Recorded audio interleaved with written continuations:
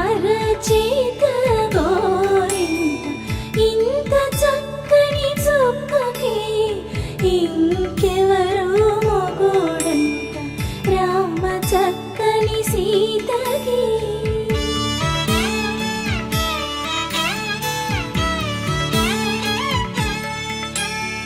పుడతవి పునవేలు విడిచిన పుడమియల్లోడు రాముడే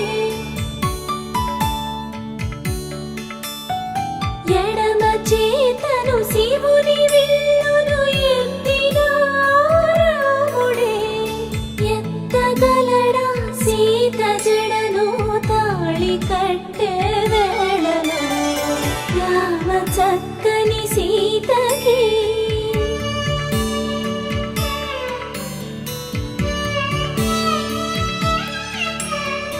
ఎర్ర జాబిలి చేయి రాముడేడని అడుగుతుంటే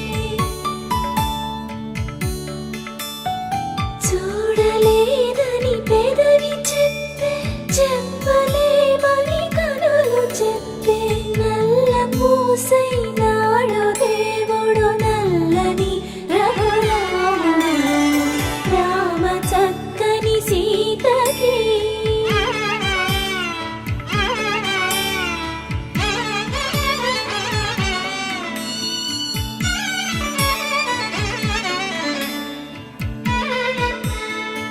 చుక్కనడిగా దిక్కునడిగా చెమ్మగిల్లిన చూపునడిగా నీరు పొంగిన కనులలోన నీటి తెరలే అట్టు నిలిచి చూసుకోమని మనసు తెలిపి మనసు మాటలు కాదుగా.